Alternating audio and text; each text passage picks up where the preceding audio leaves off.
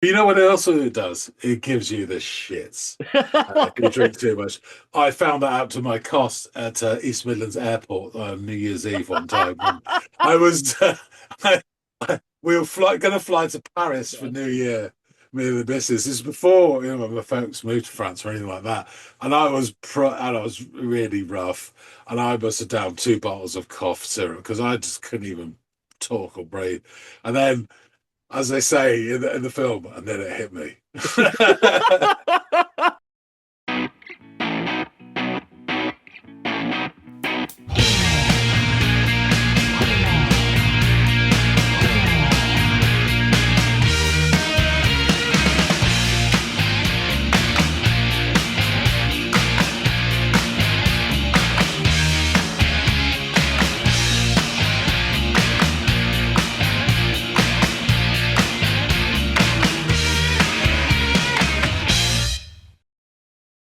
Hey, everybody, welcome to another episode of the Audiophile. Yeah. My name's John. His name is Andy. You always wanted a lover. I only wanted a job. I've always worked for my living. How am I going to get through? How am I going to get through? More on that later. But first, we have, because it's Friday, yes, it is, we have a track specially selected by one of our wonderful viewers. In this case, it is Bob Page, 665. Oh. Just one short of the beast. You Um, dodged and, the bullet there, Bob. yeah, perhaps that's what he wants us to think. So he dropped a comment on Dan Luke and the Raid Fool episode Okay. and suggested Deap Valley. And the track is Smile More. Live on Audiotree. Oh, nice. So, as you will guess by now, fans of the format, Andy's going to go off and listen to this. Andy, have you heard of Deap Valley? The name is semi-familiar to me, but I know nothing of them other than I think I may have heard their name in passing before. So, that's part of the reason why I've ended up with this one, of course. But I didn't know that it was going to be a live Audiotree version of it, so that's always fun. I always like a good live performance, and Audiotree is second only maybe to KEXP as far as really cool production and stuff like that goes. So I'm looking forward to it. Bob and I have exchanged um, songs and musical interests in the My past and stuff God, you like that. said songs. Yeah, Um, that way. We're not there yet. Bob's a good guy and all, but he lives in California. I'm a Baltimore guy. It just wouldn't work. So, but yeah, I trust his judgment on this one. So I will endeavor to give this thing a go and come back and let you all know what I've made of it.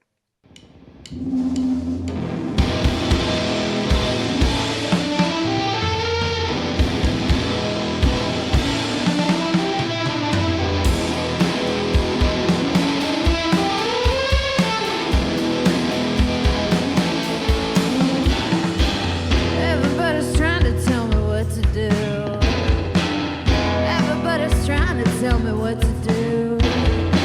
All right, I'm already digging this kind of. I assume it's just this two piece with these two young ladies here. Yeah, I'm digging the way it sounds. I really like that Mustang's sound and this sort of 3 chord motif that she's playing with a little bit of resonance there at the end before bringing it back around again. And the drums sound really good too. Nothing crazy, but everything fits. So let's kind of take that back, relive that beginning, and see how this all unfolds.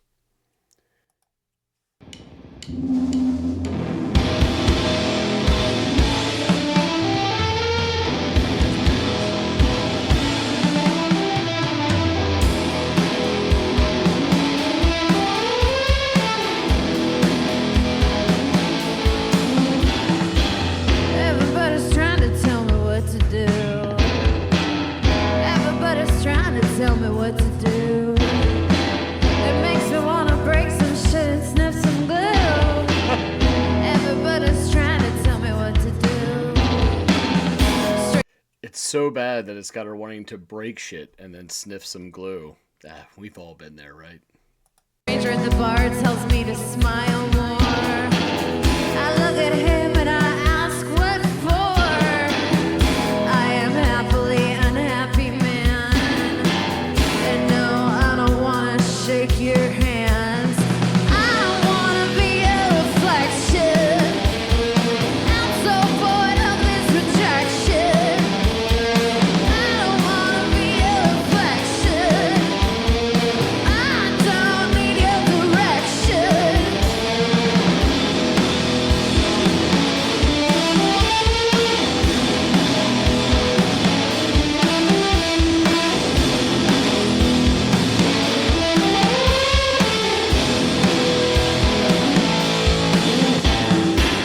And I am not ashamed of my mental state. And I am not ashamed of my body weight. And I am not ashamed of my rage. And I am not ashamed of my age. And I am not ashamed of my sex life. Though I I'm sorry, I love the vibrato that she sort of used in her voice there. Also, this list of things she's not ashamed of is great. Don't be, girl. Do you? And I am not ashamed of my age. And I am not ashamed of my sex life. Though I wish it were better. I am not ashamed, I am no one's wife. Though the idea does sound kinda nice. I don't wanna be a reflection. I'm so bored of this rejection. I don't wanna be a reflection. I don't need your direction. All of this rejection is bad for my complexion. Come on now, let's take this to the next section.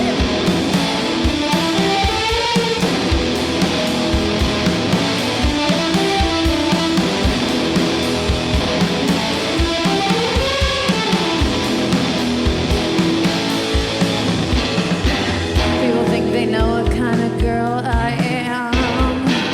They take one look, they think they understand. And they're always surprised when they meet me.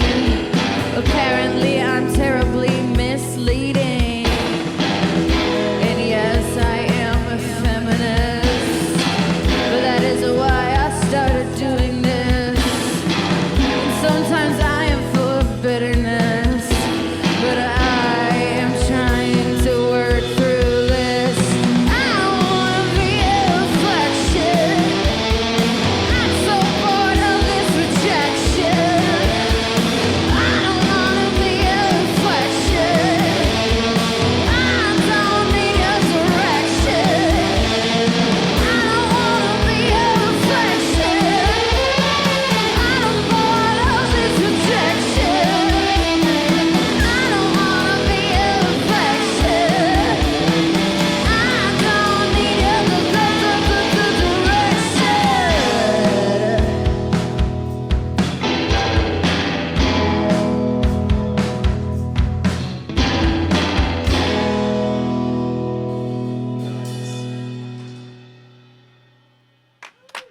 All right, thanks so much. And this is Audio. Yeah, that was a lot of fun. It wasn't any it wasn't a technical brain buster or anything like that, but it was just gritty.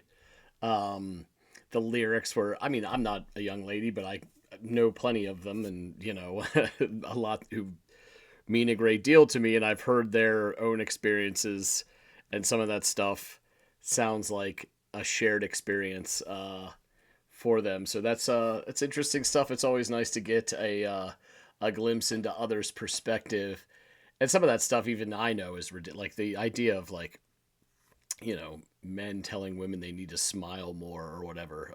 You don't hear men saying that to men.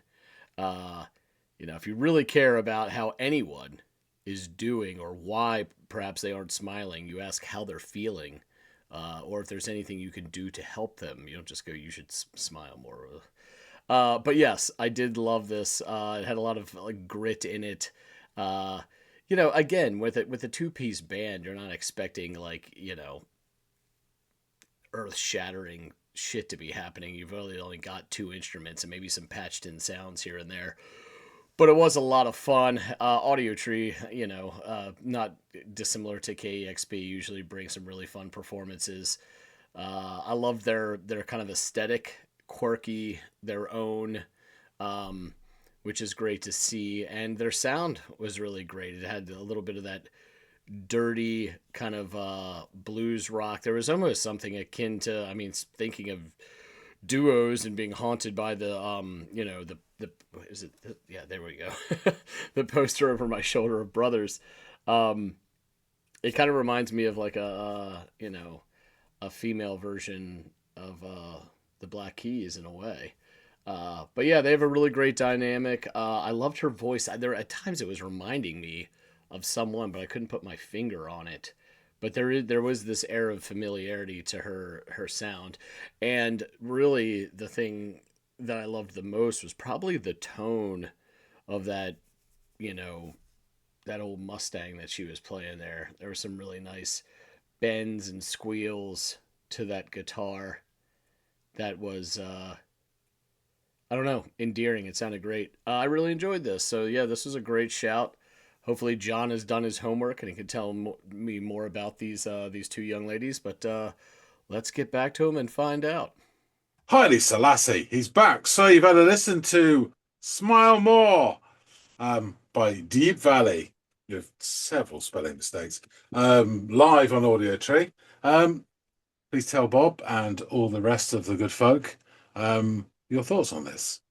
Well, surprises, and maybe that's a shame on me, but you go in there expecting certain things, and it's a 2-person band. First of all, that's, not very common. And then it's these two really interesting women that have this wonderful aesthetic to them. It's kind of like whimsical and playful, and I don't know, part of that is just endearing and charming, I guess. And then they start cranking out the music, and I know nothing about this album. I only have heard this track, obviously, this one time.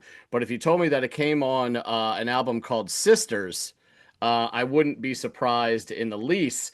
It's not the same, but they're definitely plucking from the same garage kind of tree as far as selecting their sound. So I couldn't help. I mean, the 2-person dynamic thing, of course, also plays into that pretty well. So I couldn't help but draw correlations to obviously the Black Keys when giving this thing a go. But the video kicks off, and as oftentimes is the case with Audiotree, I mean, I'm not John. I didn't think it was the Audiotree intro song or anything like that, but I knew that we had yet to see the band proper. But we get this really dense bit of distorted guitar, accompanying drum work as the Audiotree intro transitions to the studio performance. And here we get our glance at our gold-adorned guitarist going to work on her Fender Jaguar. I really loved the tone of that guitar throughout this whole track. It just sounded awesome. As simple as what she was playing was, it was just that sweet tone of that Jag sounded so good. Just as she begins singing, we get a glimpse of her partner in crime, the pink-haired drummer, putting in her work on the kit over there. I believe it was also a mullet, if I'm not mistaken. There was something so whimsical about her outfit that I just thought it just had me smiling every time it panned over to her. We have this book / I think it was a cartoon for a while called The Magic School Bus, where this very quirky teacher leads her kids to explore things on a school bus that can go on all these really interesting places like the human body or back in time. And she's a very quirky school teacher. Miss Frizzle, I think her name is. She had the drummer had shades of that going for her, so it was making me laugh every time I saw her. And she was putting in really good work. I mean, simple but steady. The singer begins lamenting how everyone is trying to tell her what to do. So exacerbated by this, she delivers the line 2 times. And it's to the point where she is contemplating breaking some shit and sniffing some glue. That's how bad it's gotten. Which, I don't know if that's the healthiest way to cope with her current predicament, but it does underscore her level of frustration. So there is that. She again alludes to this unsolicited advice she's been receiving from everyone, and recounts an interaction with a stranger at a bar, and the stranger makes the ill-fated mistake of telling her to smile more. Now, men, If you're still doing this, stop, man. Women hate being told that they need to smile more. And if you're honestly invested in their current mental state or emotional state, rather than telling them what to do, you should ask them how they are.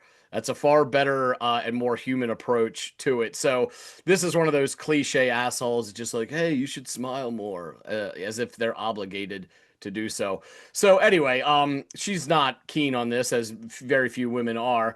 So in response, she mentions being happily unhappy,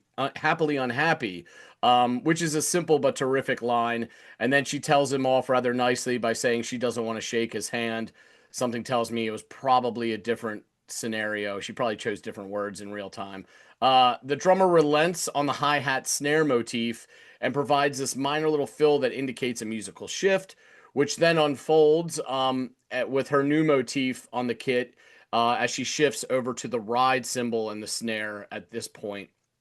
And with this shift, we find the singer slash guitarist adding those lovely accented bends on the guitar as she delivers what I believe and will soon come to confirm is the chorus. She sings of not wanting to be a reflection and how she's bored of rejection before repeating the line about reflection and then capping off the stanza with I don't need your direction.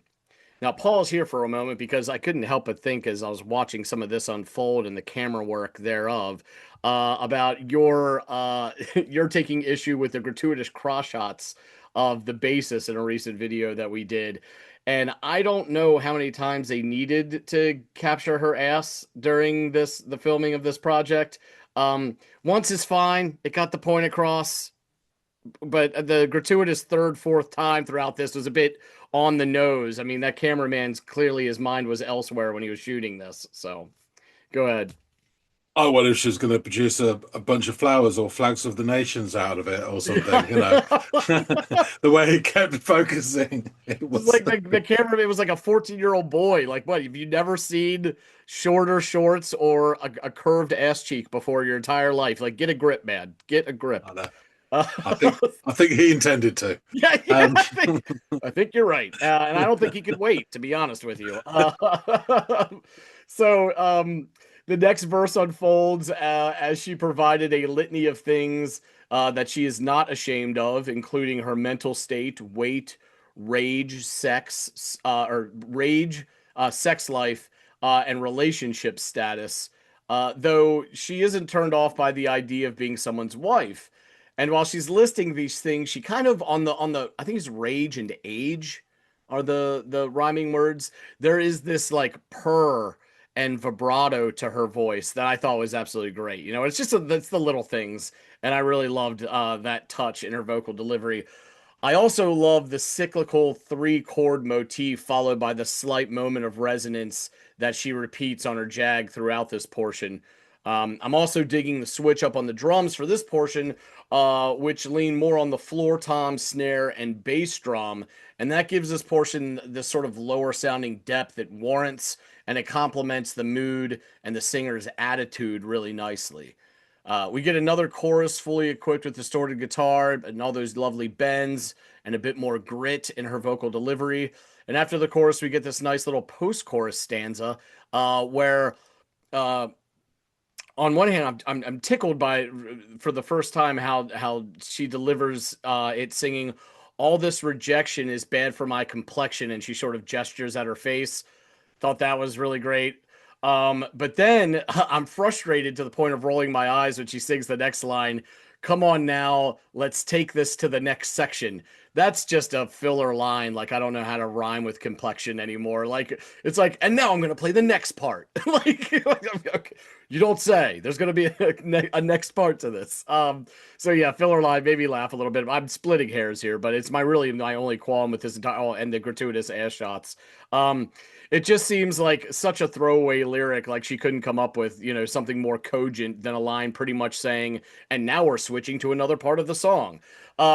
So luckily, the next section it is featured more of her sweet sounding guitar work and those rolling drums before seamlessly transitioning to another verse. And this verse again, like, touches again on other people's expectations of her based on appearances and how she seemingly surprises them or disappoints them when their expectations are kind of turned on their ear.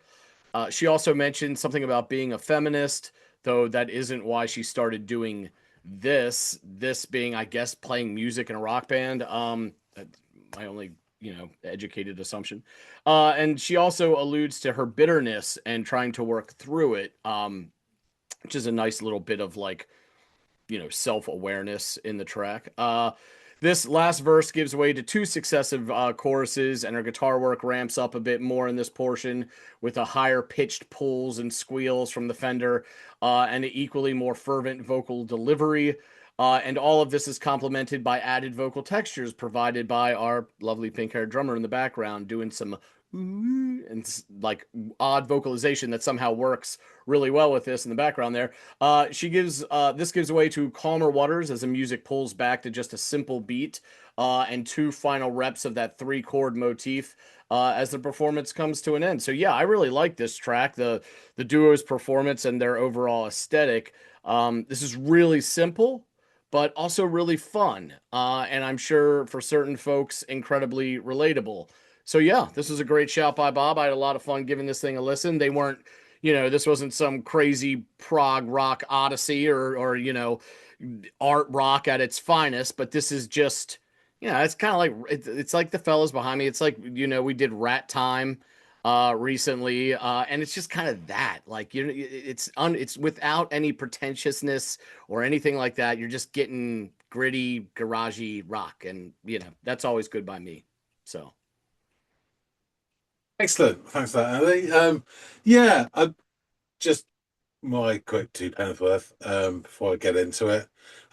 Yeah, I enjoyed this as well. I think that the style was the tone of the guitar in particular.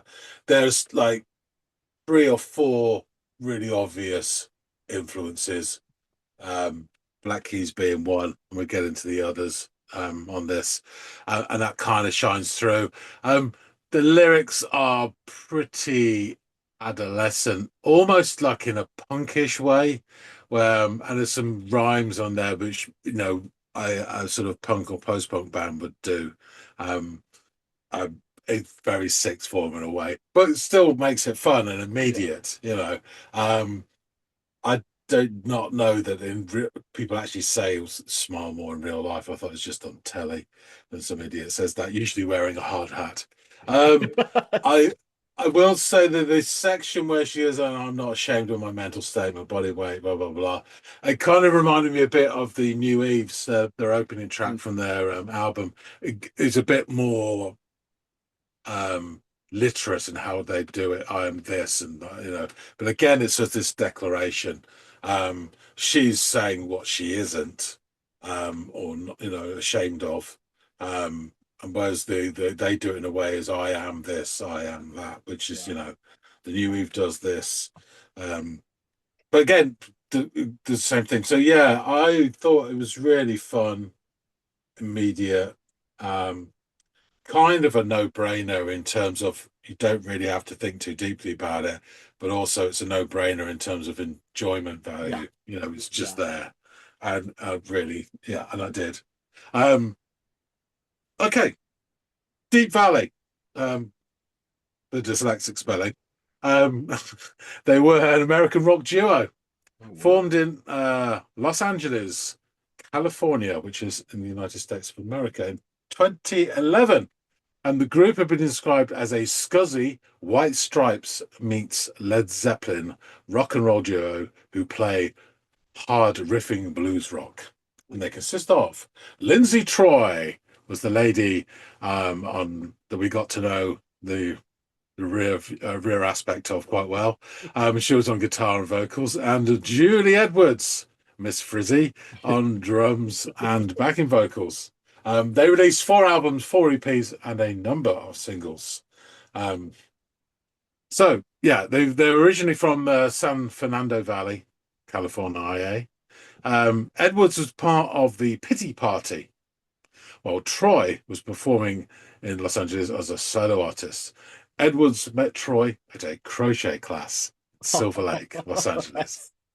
Oh, that's cute. So they got together. The following year, 2012, they released their first single, "Gonna Make My Own Money," on Arc Recordings.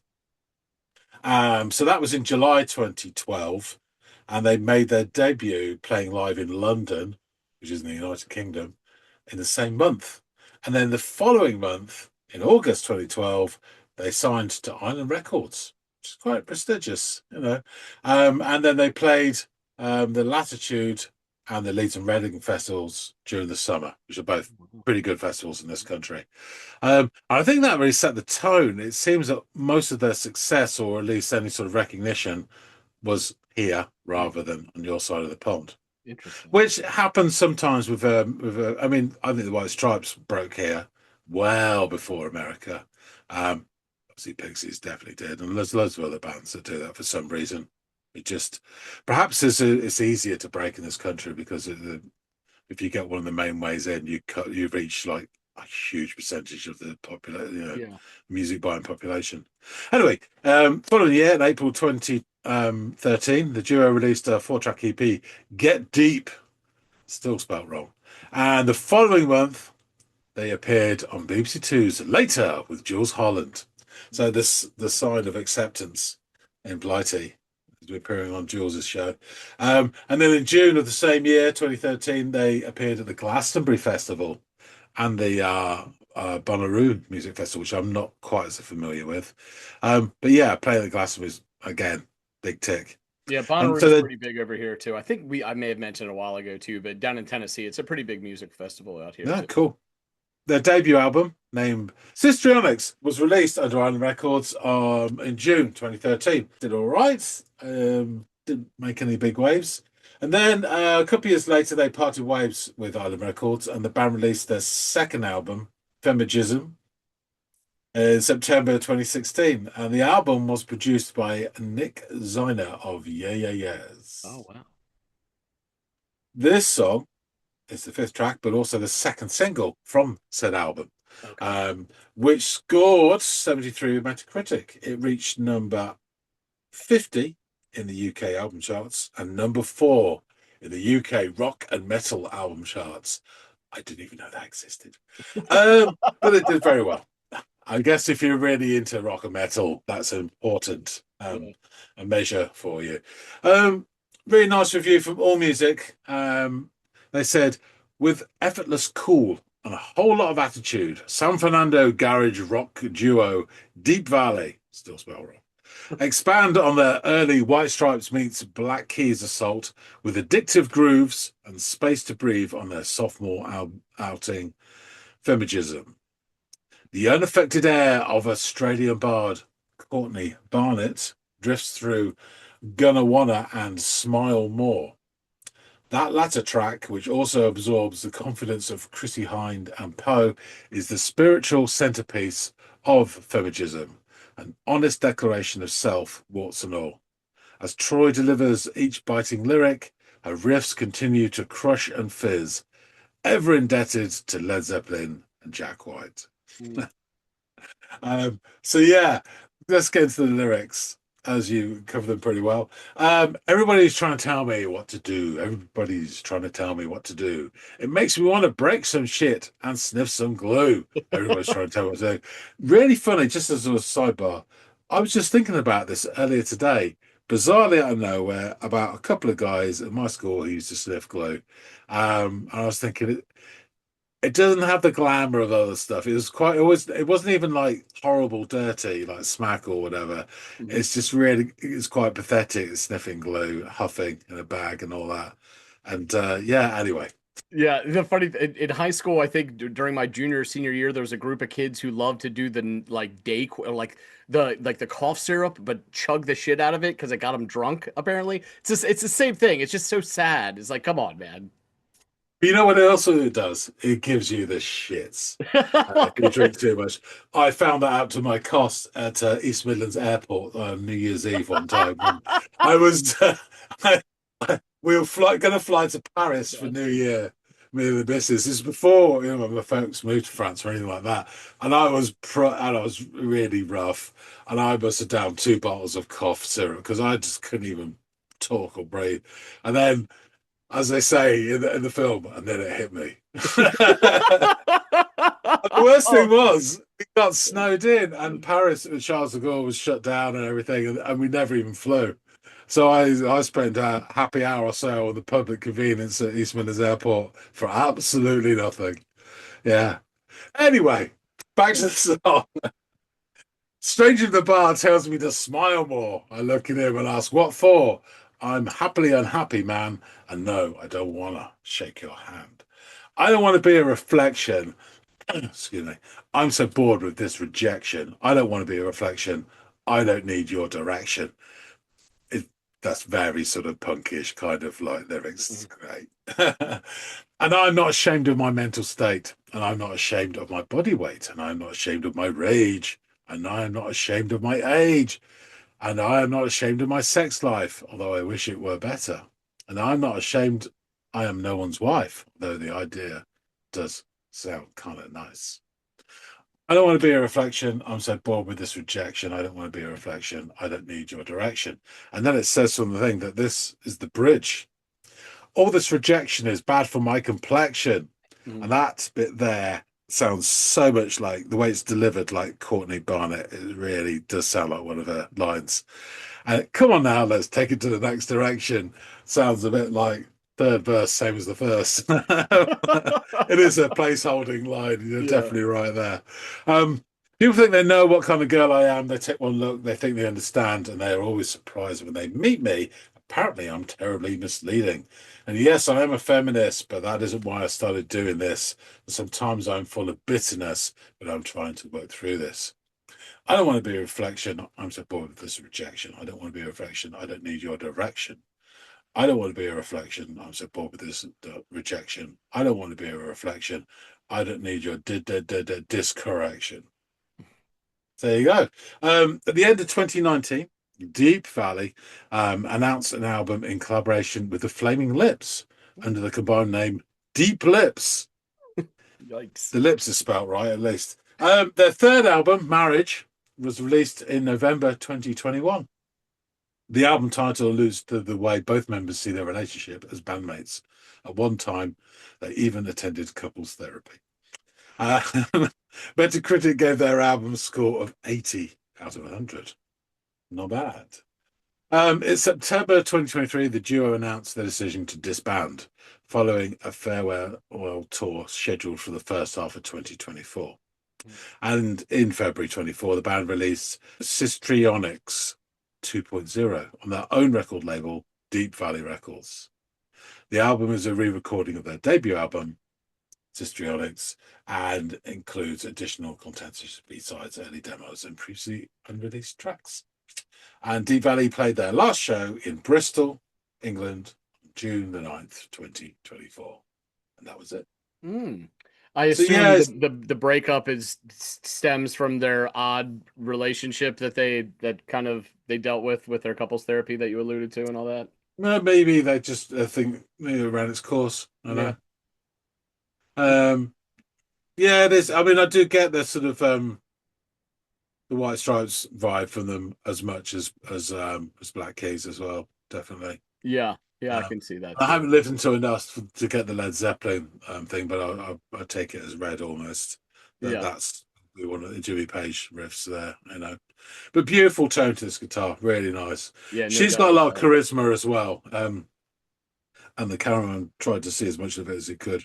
But yeah, she has definitely got a presence. They both have, so they're quite endearing to just watch. You know, I wish I'd known about them before, so I'm going to check out some more of their stuff because it sounds fun. Yeah, I totally agree. It's a great shout, Bob. I had a lot of fun listening to it. It sounds like John had just as much as I did. We both kind of have. I think our interest is peaked, right? We're going to both probably go out and check out more from these guys or gals, I should say. But if anybody, Bob, you included, have not for a future episode or maybe for a future episode, just other songs by them that we should check out. I'd be interested to get pointed in the right direction. Although this was fine enough, I mean, I go off and look at more from these gals because I really did enjoy it a lot. Yeah, definitely. Right, I'll wrap things up. Thanks for listening to Sandy. Thanks again, Bob, for recommending this. We've both really enjoyed it. Folks out there, over to you. Tell us what you think. Please hit the like button if you like this and drop some comments. We'd love to hear your thoughts. And as Andy says, if you know this band, the tracks by them that are high on the list to check out would be appreciated. If you haven't subscribed already, please do. We really appreciate everybody to support the channel. So hop on in. We've chlorinated the water. And then there isn't that ink that when people piss goes purple. So you're all right. That being said, thanks again so much for watching. And we'll see all of you in the next episode of the Audiophiles. See you later, guys.